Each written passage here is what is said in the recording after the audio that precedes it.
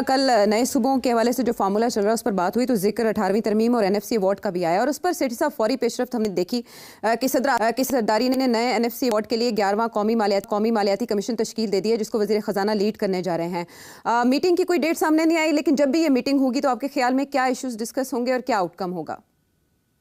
دیکھیے یہ بڑی امپورٹنٹ میٹنگ ہوگی اور اس میں کیا ہوگا وہ تو سب کو پتا ہے کہ اس وقت ایک پریشر ہے فرام دا فیڈرل گورنمنٹ کہ NFC ایوارڈ کو ریوائز کیا جائے تاکہ فیڈرل گورنمنٹ کے پاس زیادہ پیسے ہوں اور پروونسز میں کم جائیں، کیونکہ اب ڈیفینس ایکسپینڈیچر بڑھ رہے ہیں، ڈیٹ پیمنٹس بڑھ رہی ہیں اور فیڈرل گورنمنٹ کے پاس پیسے نہیں ہیں اور پروونسز جو اپنے اپنے پیسے اکٹھے کریں، ٹیکس ریجیمس اپنی ٹھیک کریں اینڈ سو آن۔ تو بڑا امپورٹنٹ ہے یہ اور اس کے اوپر بہت پریشر ہے کہ اس کو ریفارم کیا جائے۔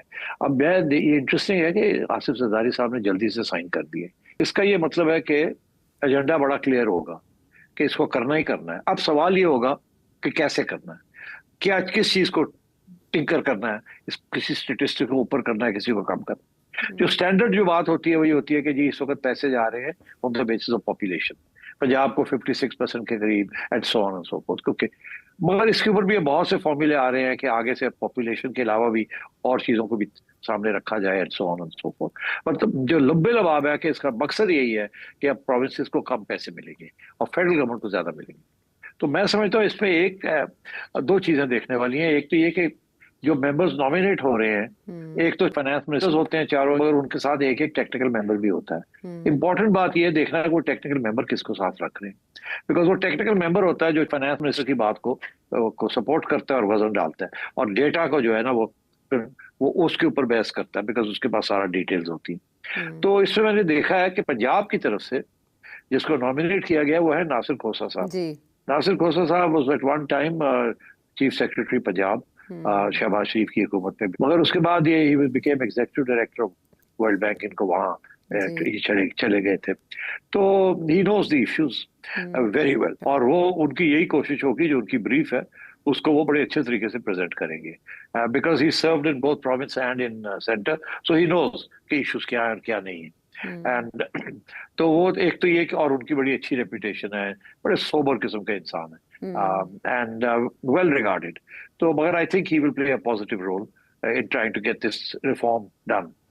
باقی رہ گئے باقی لوگ جو آ رہے ہیں، میں نہیں کہہ سکتا ان میں سے، but I think finance minister Sindh will be very important. جو بھی اس کو کہا جائے گا بلاول کی طرف سے یا آصف زرداری صاحب کی طرف سے وہ وہی کرے گا۔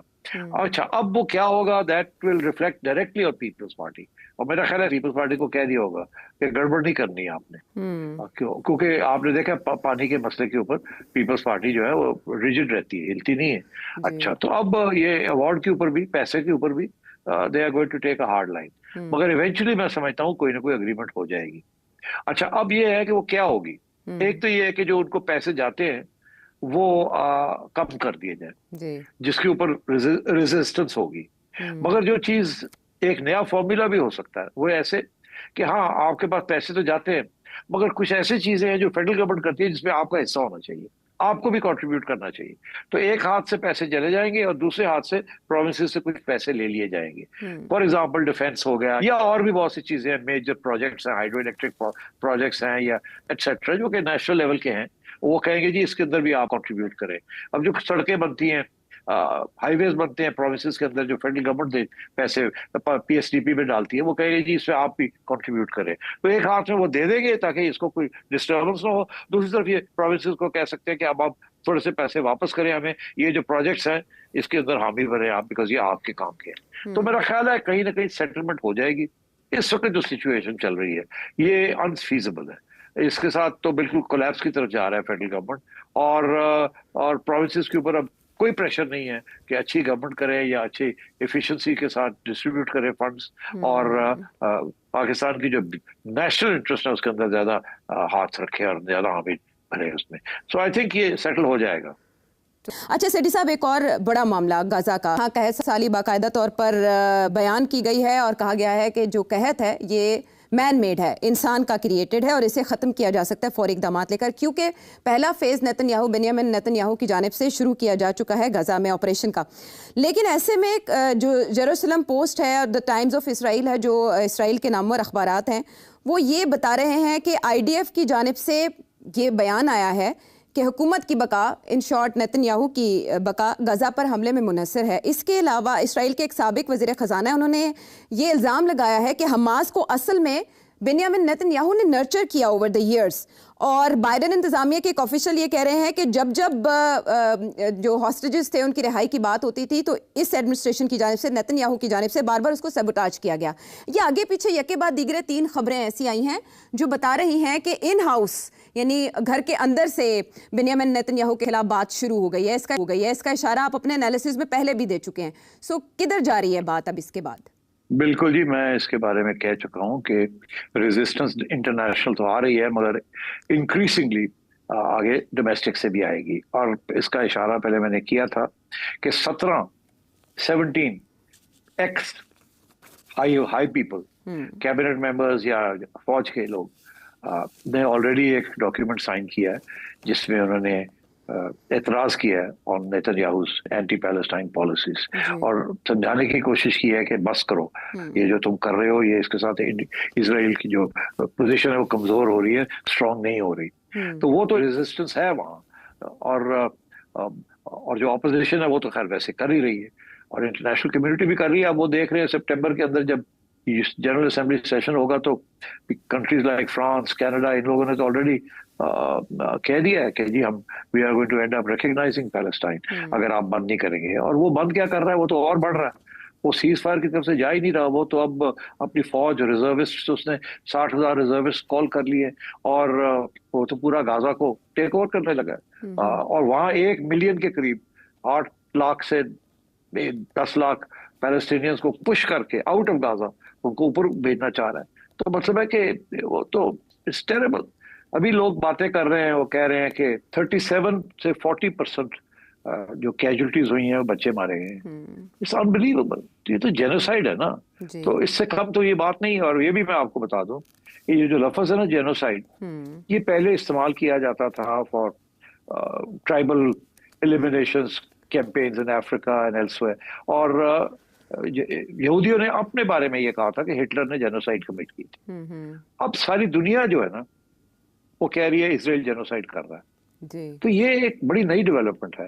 اب بچے کو اس لفظ کی سمجھ آ گئی جینوسائیڈ کا مطلب کیا ہے. اینڈ سو دیئرفور آئی تھنک یہ اسرائیل کے گلے پڑ رہی ہے یہ بات.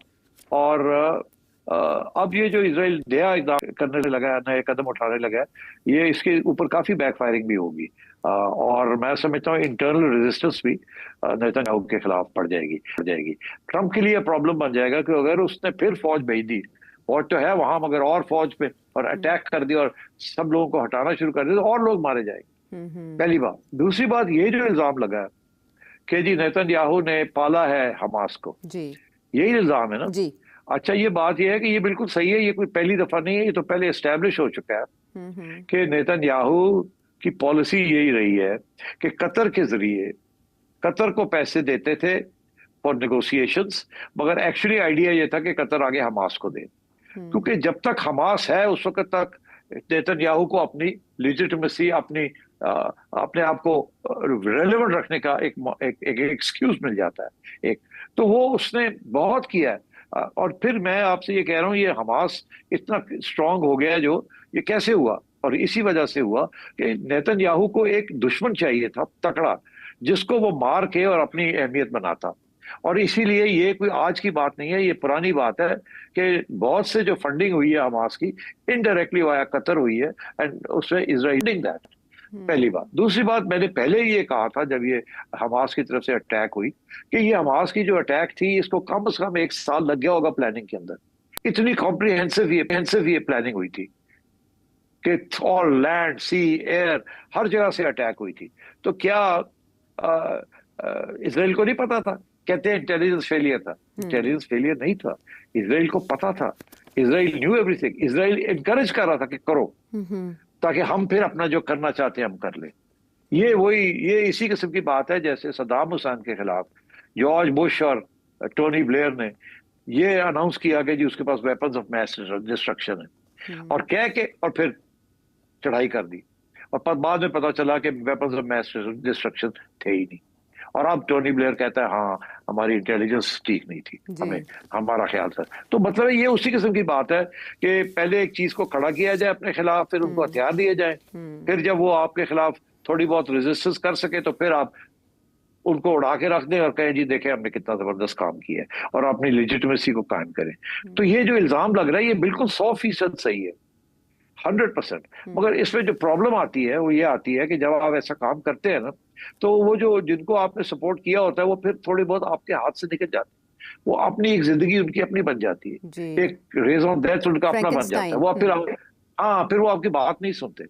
اب وہ ابھی بھی وہ کہہ رہا ہے کہ میں نے ختم کرنا ہے حماس کو ہم نے ڈسٹروائے نہیں کیا, ایروڈ کیا ہے, ابھی بھی بہت سی ٹنلز ہیں جہاں یہ ہے وہ ہے فلانا ہے, ابھی بھی ہم نے اور کرنا ہے. تو اب وہ بالکل چاہتا ہے کہ کسی طریقے سے حماس کو بالکل ہی ختم کر دیا جائے, اور یہ موقع وہ سمجھتا پھر نہیں آئے گا کیونکہ اب ایران جو ہے وہ نیوٹرلائز ہو گیا ہے, سیریا نیوٹرلائز ہو گیا ہے, حماس اکیلا رہ گیا ہے اور پیچھے سے پائپ لائنز ختم ہو گئی ہیں, اینڈ سو ہی تھنکس کہ اب آخری سٹیج ہے, اب ختم ہی کر دیا جائے. اور یہ جو سارا پلان ہے, یہ جو باقی جو اب آرمی کو اندر بھیجنا اور سیز کر لینا غزہ کو, this is aimed at eliminating Hamas. مگر لوگوں کا یہ کہنا ہے کہ اتنا آسان نہیں ہوگا, اور یہ عین ممکن ہے کہ آئی ڈی ایف جو فورس ہے اس کے اندر بغاوت بھی ہو سکتی ہے اور ڈس ایگریمنٹ بھی ہو سکتی ہے, کیونکہ بہت پریشر ہے سولجرز کے اوپر بھی کہ آپ کر کیا رہے ہیں, جینوسائڈ کر رہے ہیں, بچوں کو مار رہے ہیں اینڈ سو آن. تو میرا خیال ہے کہ اب آپ دیکھیے گا اگلے 3-4 مہینے کے اندر کافی سگنیفیکنٹ ڈیولپمنٹس ہونے جا رہی ہیں as far as Israel and Netanyahu is concerned. 21 ممالک یورپی ممالک ان کی جانب سے بھی مذمت کی گئی ہے ایون سیٹلمنٹ پلان کی,